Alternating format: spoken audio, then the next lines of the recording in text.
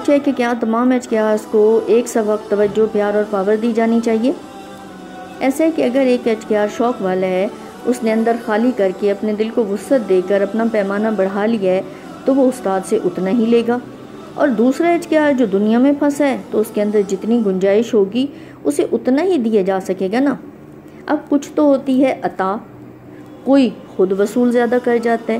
تو شروع میں تو ہم ہر ایچ کے آر کو زیادہ وقت اور پیار دے رہے ہوتے ہیں، لیکن وقت کے ساتھ ساتھ ہمیں یہ چیک کرتے جانا ہوتا ہے ایز اے استاد کہ اس کی ڈیمانڈ کہیں صرف ظاہری رسپانس یا وقت تک تو محدود نہیں رہ رہی، یا دل سے بھی آگے بڑھنے کی چاہ میں وہ ہمیں ہمارے دیے گئے وقت کو کہیں نہ کہیں بہترین طور پر عمل میں لا رہا ہے۔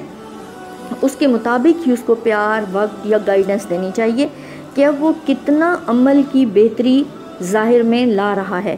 اگر وہ محض باتوں میں لگا رہے اور وقت کی ڈیمانڈ کرے تو استاد اسے پہلے اس کے اٹیچ ہونے کا مقصد پیار سے سمجھائیں کہ ہمارا رشتہ اور رابطہ ہے کیوں، اور اگر نہ سمجھے تو ٹائم دینا کم کر دیں تاکہ با مقصد اور بے مقصد رابطے کا فرق اس کو سمجھ آ جائے۔ یہاں ایچ کے آر کو سمجھانا چاہیے کہ صرف استاد کے ساتھ ہی نہیں لگے رہنا، بلکہ با مقصد رابطے سے حق کی راہ پر بڑھنے کے لیے بھرپور فائدہ بھی اٹھانا ہوتا ہے، سٹیپس بھی لینے ہوتے ہیں، عمل بھی کرنا ہوتا ہے۔ استاد اس کے جذبے کی شدت کو مثبت انداز میں استعمال کرائے تاکہ وہ ذات پر کام کر کے آگے سے آگے جائے۔ جیسے کلاس میں کچھ طالب علم زیادہ وصول کرنے والے ہوتے ہیں، ایسے ہی کچھ ایچ کے آرز ڈیمانڈنگ ہوتے ہیں اور کچھ کم ڈیمانڈنگ ہوتے ہیں۔ ایسے میں قدرتی طور پر استاد ڈیمانڈنگ ایچ کے آر کو ٹائم زیادہ دیتا ہے، اور ایسا کرنا غلط بھی نہیں ہے کیونکہ یہ تو شوق کی راہ ہے۔ یہ کیس کے اپنے شوق اور اس کے اندر جذبے اور رجحان کی وجہ سے ہو رہا ہوتا ہے۔ وہ جتنا بڑا برتن لے کر آئے گا اسے اتنا ہی حصہ ملے گا۔ یہ جو اپنی طلب سے ذات کا جال کاٹتا جا رہا ہوتا ہے، اپنے مسائل اور اپنے معاملات کی سنگینی کے باوجود اپنے نفس کی پکڑ سے خود کو آزاد ہونے کے لیے تگ و دو میں لگا رہتا ہے، تو استاد اس کو ساتھ ساتھ وقت اور رہنمائی دے گا۔ جیسے کہ ہر کلاس کو ایک ہی طرح کا سلیبس نہیں پڑھایا جا سکتا، اس کے لیول کے مطابق سمجھ دے کر ہی ہم کام لیتے اور دیتے ہیں۔ ایسے ہی تمام ایچ کے آرز ایک لیول کے نہیں ہوتے، نہ ہی ان کو ایک سی توجہ، پیار اور پاور وصول کرنے کا انداز ہوتا ہے۔ تو ورکر کو مختلف قسم کے ایچ کے آرز کے ساتھ ورکنگ کرنی ہوتی ہے نا، تو ایک ورکر کو سب حق کے رائیوں کو الگ الگ انداز میں ڈیل کرنا آنا چاہیے، جو مختلف مسائل اور معاملات میں الجھے ہوئے ہوتے ہیں۔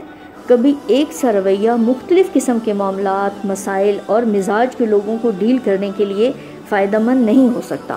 جس کا جو مسئلہ، مزاج اور معاملہ ہوتا ہے، ورکر کو اسی طرح سے ایچ کے آر کے ساتھ رابطہ، بات، توجہ اور پاور دینے کا ذریعہ اپنانا ہوتا ہے تاکہ درست ان پٹ اسے درست آؤٹ پٹ وصول کرنے کا ذریعہ بن سکے۔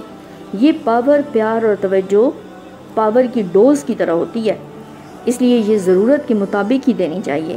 جیسے جیسے ایچ کے آر وصول کرتا جائے اور وصول کر کے استعمال کرتا جائے، ویسے ویسے اس کو پیار، پاور اور توجہ دینے کا انداز اور مقدار بھی بڑھاتے جائیں، اور وہ اوور ڈوز ہی نہ ہو اور نہ ہی کم ہو، زیادہ بھی نہیں دینی، کم بھی نہیں دینی۔ ہم اگر اپنا دل اپنے مرکز سے جوڑے رکھیں گے تو یہ اندازہ لگانا ایز اے استاد آسان ہو جائے گا کہ کس حق کے راہی کو کب، کتنی اور کس طرح کی پاور اور رہنمائی کی ضرورت ہے۔ اور آہستہ آہستہ جب ہم مختلف کیسز میں اس طرح کام کرتے ہیں تو ہمیں خود بخود وہ چیز اندر سمجھ کی صورت بھی اترنے لگ جاتی ہے۔